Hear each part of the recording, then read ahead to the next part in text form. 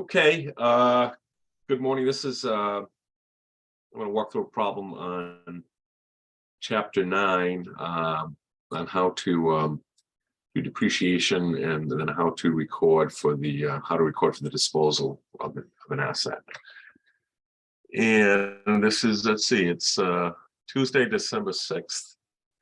So we're wrapping up the semester 2022. And so you should watch this. We'll go over some of this Thursday, but this will be, I think this should be useful for the final exam. Here we go. Let's all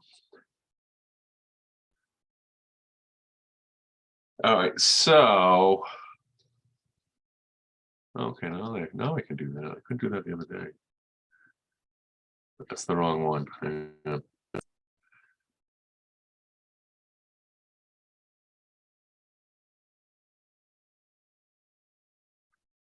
That's the other one too.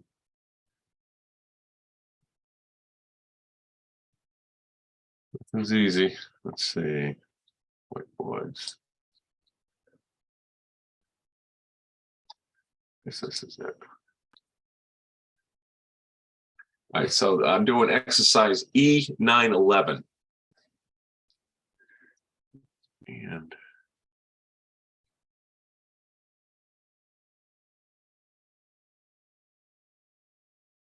And what they give you here is, in the problem, they give you that the cost is $65,000.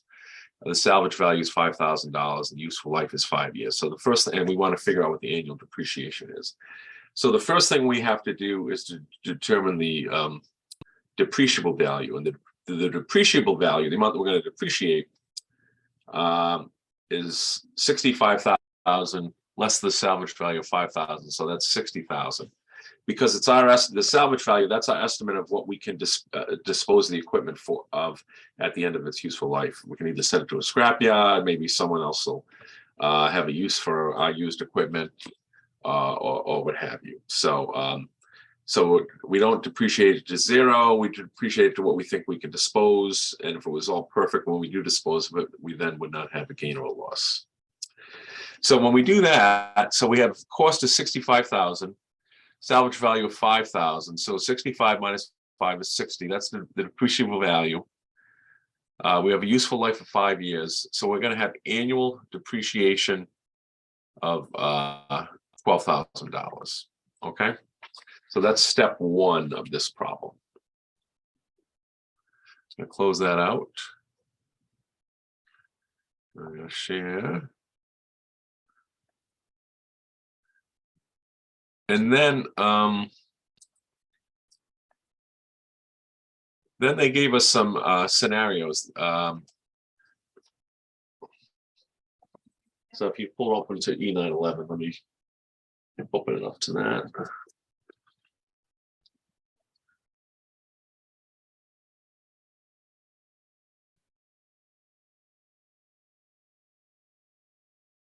E911 is on page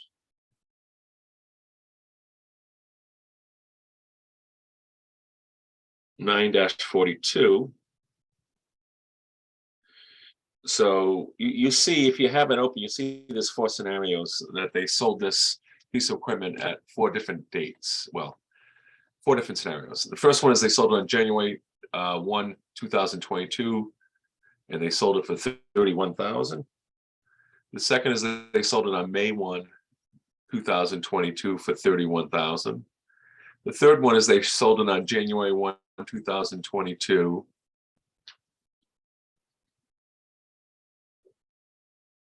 How do I get through that?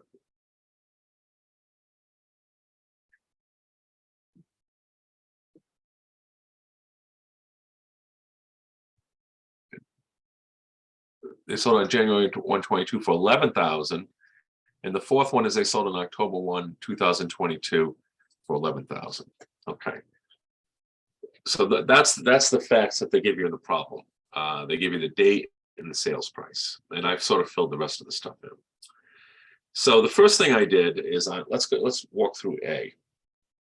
So the facts say we purchased this equipment on January 1, 2019.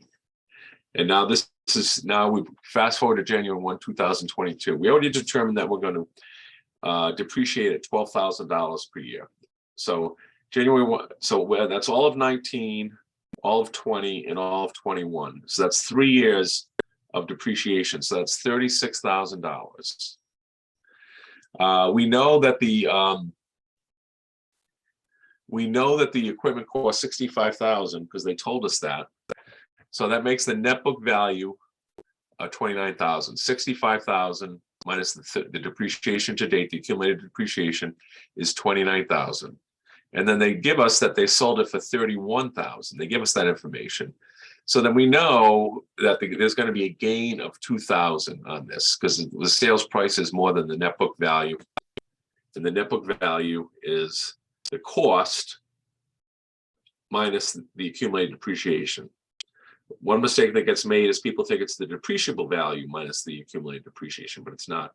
It's the initial cost minus the accumulated depreciation. Okay, so that's what we have. So now how do we journal? So that's the, I took the facts and I laid them out there. Again, I had to calculate the depreciation, which wasn't hard to do. I had done that on the probably whiteboard, $12,000 a year for 3 years. And then I calculated the net book value, the original cost minus the accumulated depreciation. And I calculated the gain, which is the difference between the sales price and the net book value. So how do we journalize this? So if they gave us $31,000, we'll do the journal entry here. We got a debit cash for $31,000. We have to get rid of the accumulated, when we get rid of the equipment, we have to get rid of everything on the books with it. So we're gonna debit accumulated depreciation, that'll wipe that to zero. We're gonna get rid of the cost of the equipment of $65,000, okay? So we'll credit that for $65,000, that'll wipe that to zero. And then the difference is a gain on sale, which is a credit. Gains like revenues are credits, losses are more like expenses, and those are debits. So that is the entry to record the gain. Now journal entry B, you know, why are they, if we sell it for the same amount 5 months later, you can see, I'll explain why. You can see we have a bigger gain. Like, how can that be? We sold the same piece of equipment for the same price, but it was 5 months later. Why does that make any sense? Well, it makes sense because that piece of equipment kept depreciating during those 5 months. So there was an extra 4 months, excuse me, 4 months, extra 4 months. There was an extra $4,000 of depreciation during those 4 months. Why $4,000? Because why is it an additional 4,000? Because it's $12,000 a year. So on a monthly basis, it's $1,000 a month. So it was 36,000 of accumulated depreciation at January 1. Add 4 months to it at 1,000, that's 40,000. Again, remember the equipment's cost was 65,000. So that now our net book value is reduced from 29,000 to 25,000. We sell for the same price, but the net book value is lower because we continue to depreciate, and so that gives us a bigger gain because the gain is determined comparing the net book value times the difference between the net book value and the sales price. So again, on journal entry B, they give us cash for $31,000. At this point, we get rid of the accumulated depreciation that we've recorded. That's $40,000 at that point. We get rid of the cost of the equipment, $65,000, and that leaves us with a credit of the gain on the sale, which is the difference between the sales price and the net book value of the equipment. So that's journal entry B. Journal entry C, what they do is they say, hey, let's go back to January 1, 2022, but instead of, the only difference is instead of selling it for $31,000, we're going to sell it for $11,000, okay? So again, we'd still have 3 years of depreciation like we did here because it's the same date. That would still have the same net book value, the 65,000 minus the 36,000. The difference is the sales price. We sold it for 11,000. So therefore, we're gonna have a loss of 18,000. All right, so let's do journal entry C. First, we got cash of 11,000. That's what they gave us. You know, debit the accumulated depreciation 36,000 to sort of wipe that out because it, you know, was a credit at that point. Again, credit the cost of the equipment, 65,000, that zeroes that out. And what's left, to make this balance, we have a loss on the sale of 18,000, which makes sense because it's the difference between the sales price and the net book value. And losses are debits. And voila, it all balances.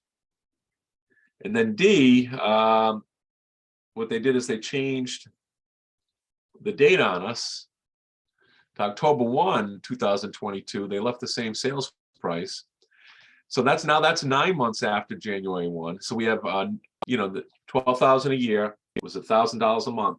So we're going to have over 9 months, we'll have another $9,000 of depreciation. So that's 45,000. It says depreciation to date, which is code for accumulated depreciation. So that means the accumulated depreciation is 45,000. The cost was still equipment, still 65,000. That's unchanged in all of these. So therefore, our net book value is 20,000. We're getting proceeds of 11,000, and so our loss is 9,000. It's lower than it was at January 1, 2022, because we kept on depreciating, which lowered the book value, the net book value of the equipment. And so when you compare the sales price to the net book value, the loss is going to be, in this case, smaller. So we're going to, under journal entry D, we'll do always, the cash we receive, that's the easy part. Debit that cash, 11,000. Get rid of, zero out the accumulated depreciation, which is 45,000. Get rid of the equipment, 65,000. And then we still need a $9,000 debit, which is the loss on the sale. So that's what you need to know for depreciation and how to account for disposal of assets. So let's see what we can do here.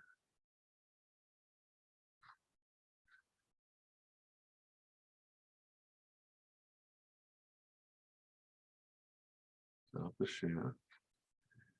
And we will see you. I recommend you watch this before Thursday when we go over. I think it'll help. And don't forget your holiday gear for Thursday for extra credit. We will see you Thursday morning. Take care.